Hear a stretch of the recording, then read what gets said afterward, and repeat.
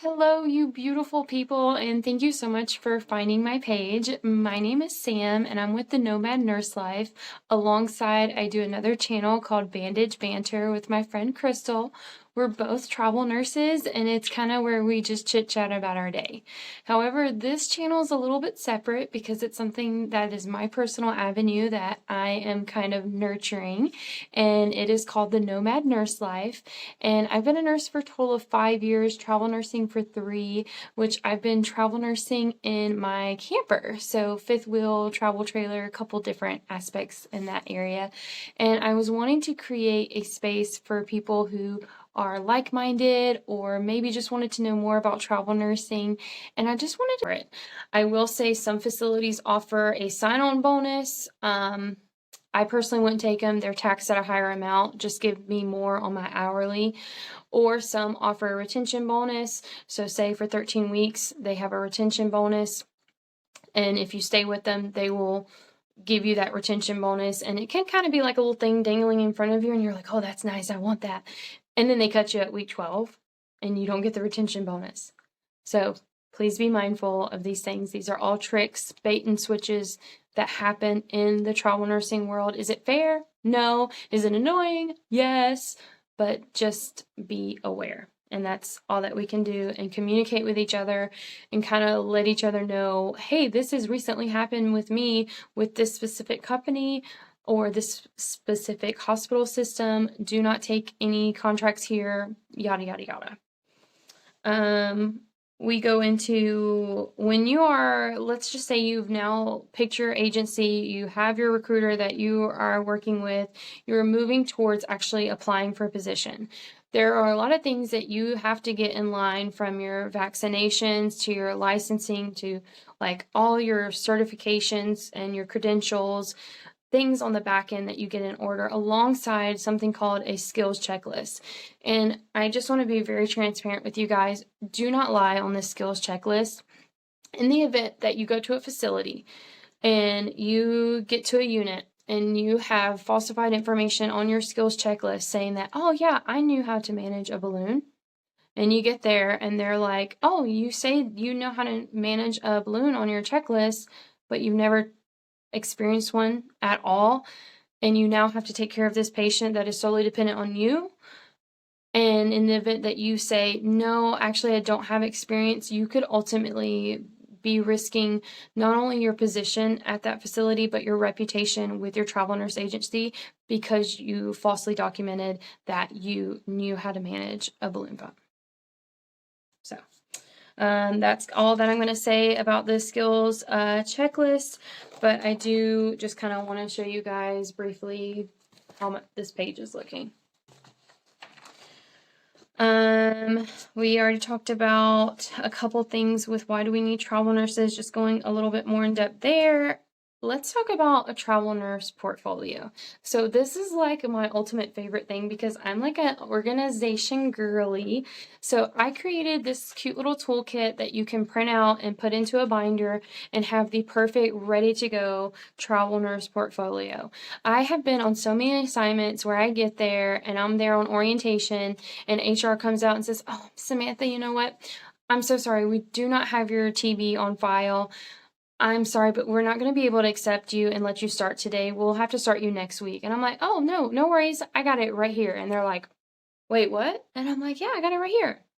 I got it for you. And it is so nice to have that availability. And it's a great like reputation builder because they're like, this girl's on it.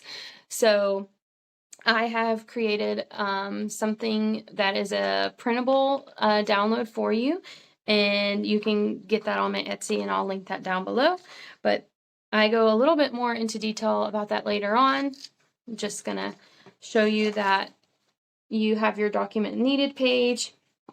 And I also include a kind of like how your resume should lay out as a travel nurse because it's going to look different than your typical nursing resumes. And those, again, are just documents needed for your travel portfolio. Resume, I-9 verification, your license, your certifications, your physical, your references, immunization. And you're going to want to have all these informations, not only physical copies, but download or like digital copies. That way, in the event that something does happen, sadly, to your portfolio, you have a backup in a digital portfolio somewhere. Or say you forgot it in your car and you are like miles away, it seems like, in this new place in HR building, and you're like, oh, you know what? I actually got it on my phone. I don't have to run to my car. So we are now moving into submission time. You've done your application, you've looked over all the jobs, and you are accepting the opportunity. So with travel nursing, these jobs can move super fast. So it is important to have that basis already built up with your recruiter, have all your things in line on your portfolio, and with your actual company themselves have everything that they need. That way they can submit you to the job and they have everything that's already needed to do so. Because in the event, let's just say it's in your company that you're wanting to work with and you saw this job posting and you're like, I want to hop on that. Someone who already has their submission process perfected and has worked with them previously is going to get submitted faster, get a faster interview, and they may even just go ahead and pick them because they weren't waiting around for documents. So that's why it's important to have all this already ready. And if you have a nurse portfolio, I'm not gonna lie, sometimes you can just send that to the recruiter and they will do the back end work and create your submission, or I guess you could say your packet or whatnot with them, with that specific travel nurse company. I've had multiple recruiters do that for me.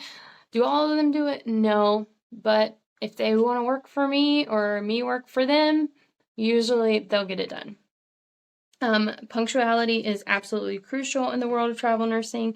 Hospitals are in urgent need of filling positions, and the window of opportunity for each job is incredibly short.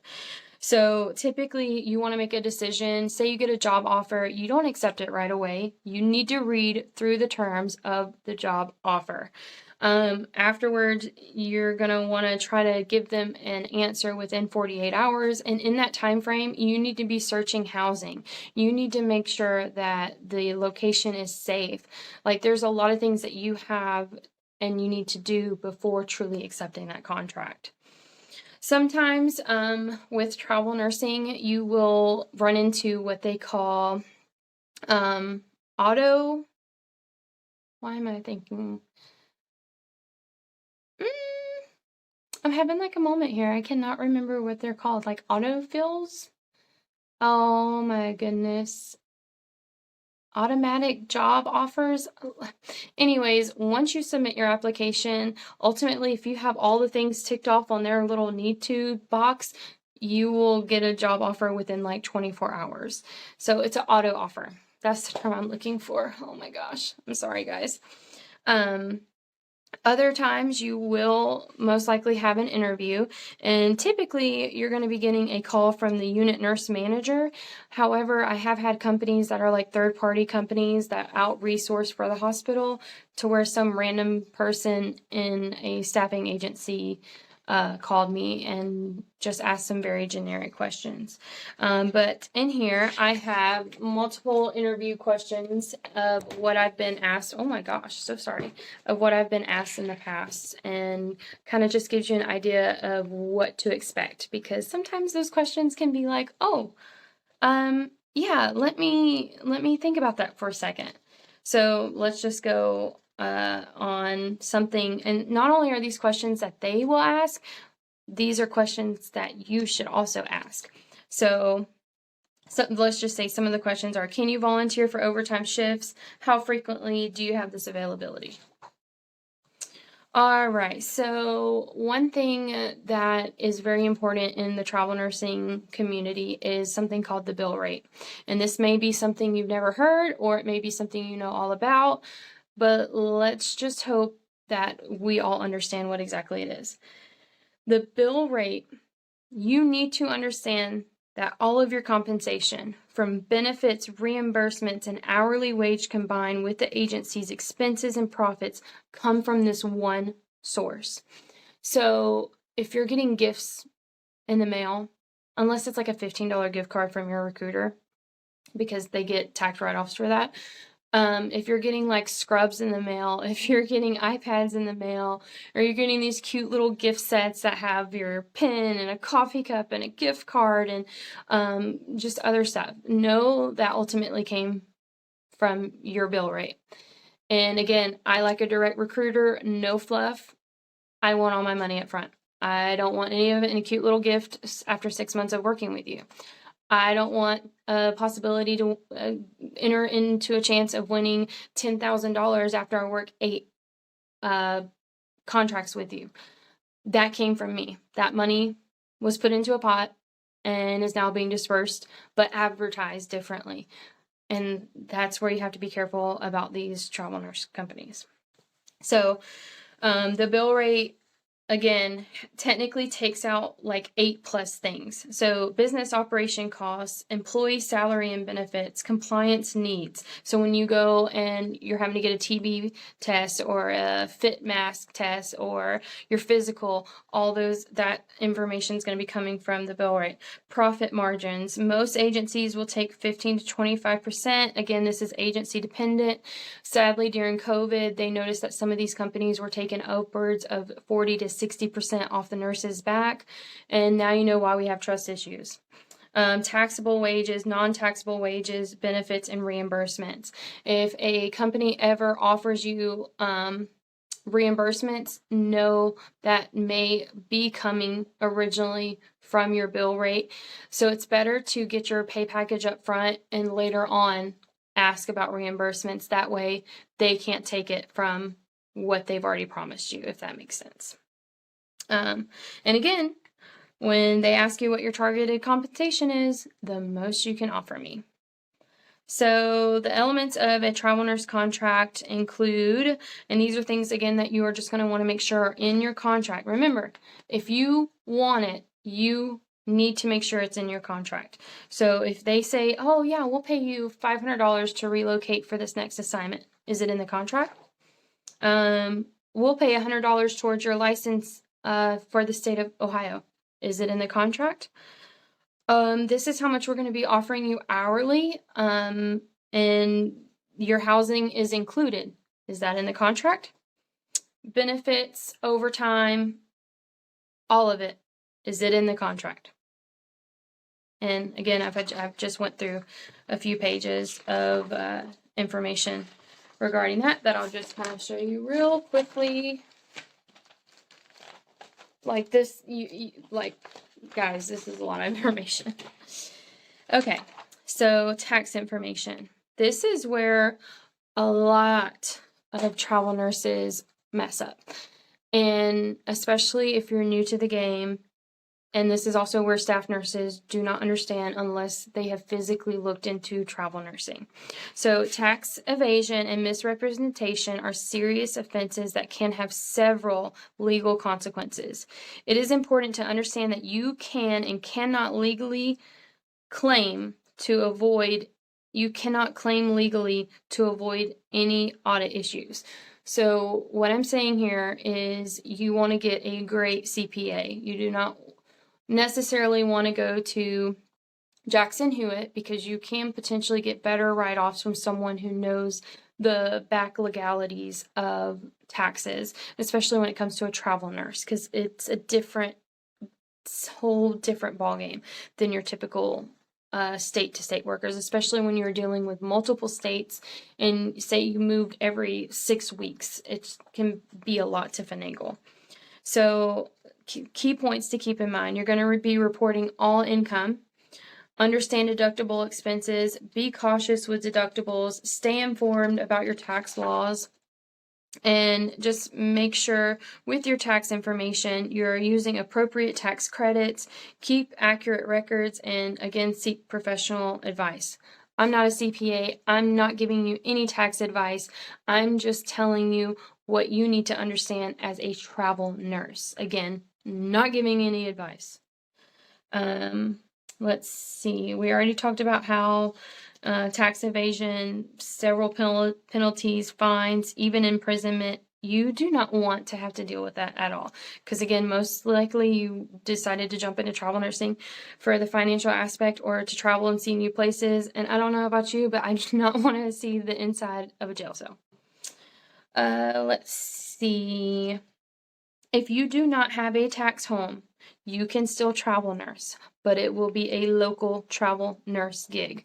So the best way I can explain it to you is 2 years ago, I traveled to Arizona in Tucson. My tax home was in Georgia.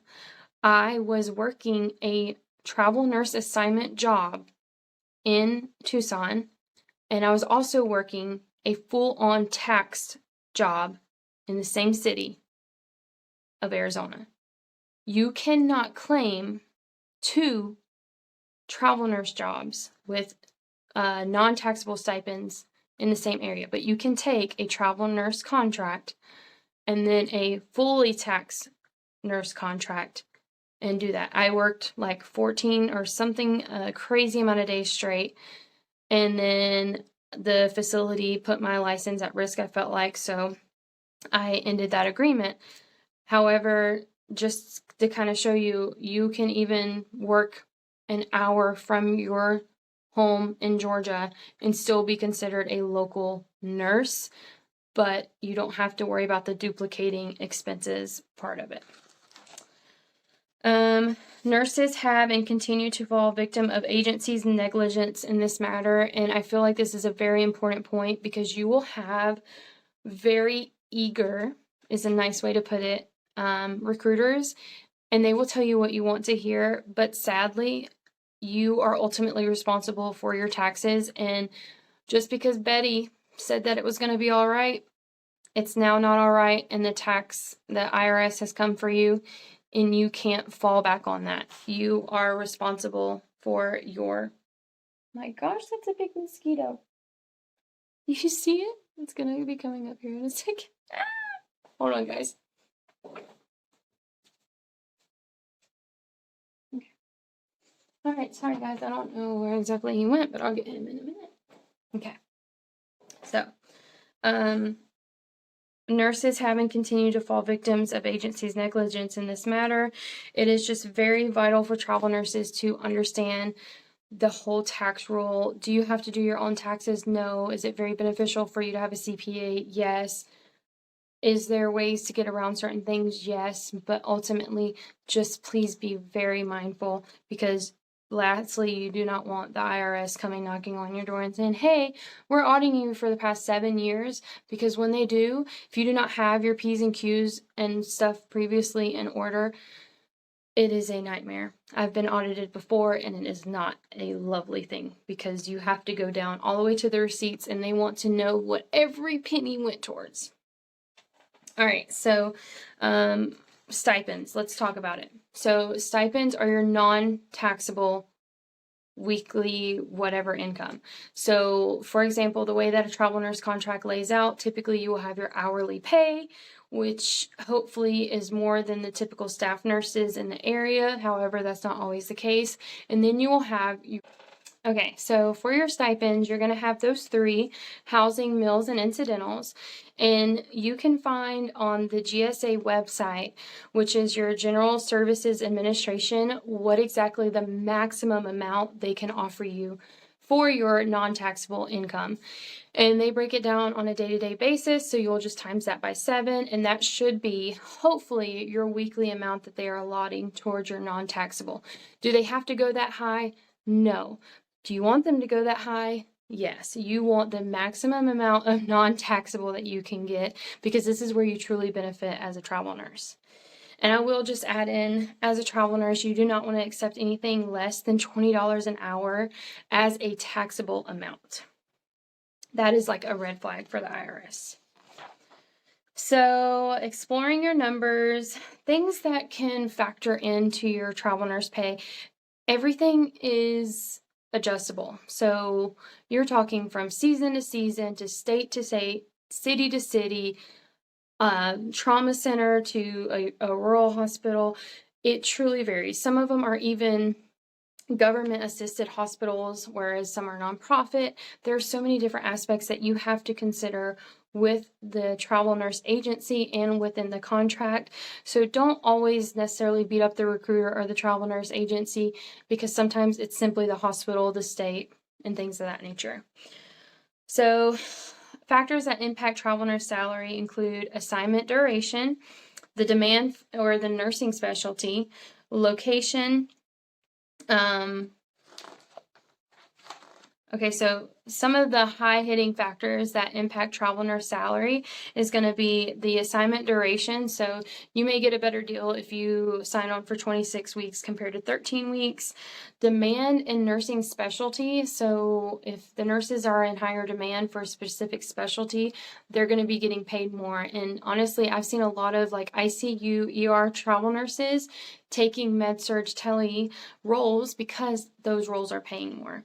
And then your location. So ultimately, if you are going to North Dakota in the dead of winter, hopefully you're going to be negotiating a higher rate because you're going somewhere where you are going to be experiencing a little bit more of a harder circumstance where people don't necessarily want to be going and working.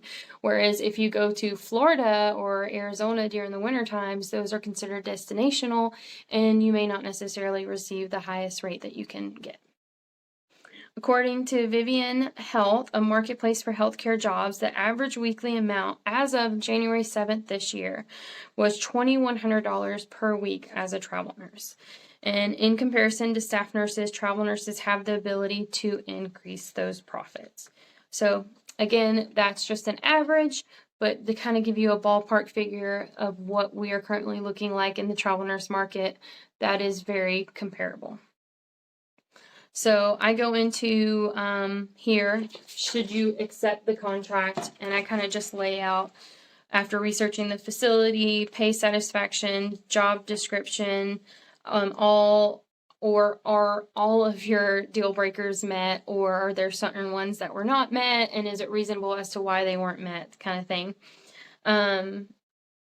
If you do not take the time to ensure that a job is a great fit for you, you may find yourself in a very stressful predicament, and you may end up having to leave, whether it's due to needs not aligning with the shift, your scheduling preferences, the pay, your licensing at risk due to the workload, you're just struggling financially, or the stress.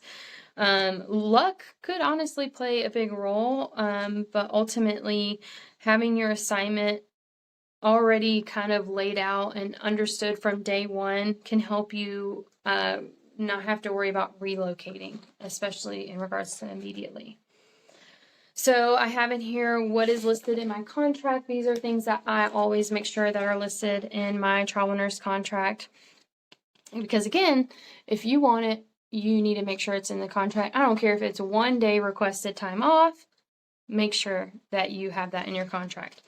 Let's say that you have now signed your contract. Now we're moving to, like, of course, that's a whole exciting aspect. But now we get a new awesome, exciting aspect. We are looking into where are we going? Where are we going to be living? Those kind of things. So current location to your next destination. So you've already hopefully looked into housing options. And if not, at this point, especially when the contract is confirmed, you are working on booking that, because it can go fast, especially when you're thinking about if you're doing a 13-week assignment, if you're doing like an extended stay hotel or an Airbnb that offers 3-month plus stays. You don't want somebody else to hop on that before you do. So make sure you are ready to rock and roll and already have an idea in mind of what you're going to be doing for that next assignment. I just want to say things you want to keep into consideration of our doctor visits, travel insurance, your primary residence, pet needs, housing needs, and make sure also auto, bank, and check your phone fees if possibly any. And those are just some little hot spots that I'm going to touch on. I know I mentioned earlier that I travel in my RV. I've traveled across the country multiple times with a fifth wheel, a travel trailer, and you guys, that's a whole kind of different video that I'll be doing and talking about.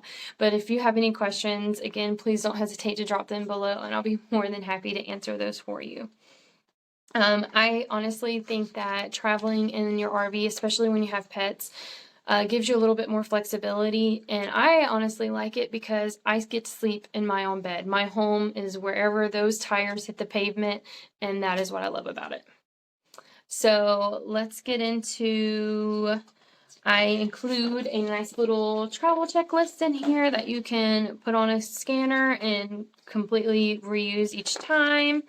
And again, this is the physical download, like book that you can get, but I do have a digital download as well.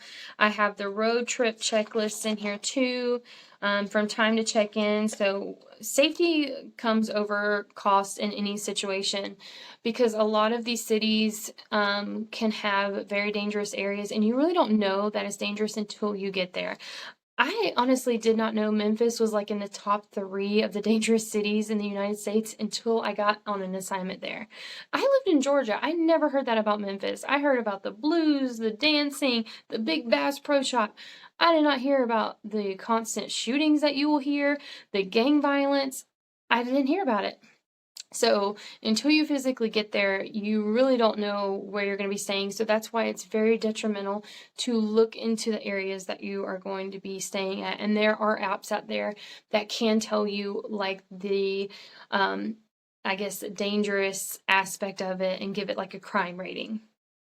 So I have a little thing on here about your first day and what you might be experiencing.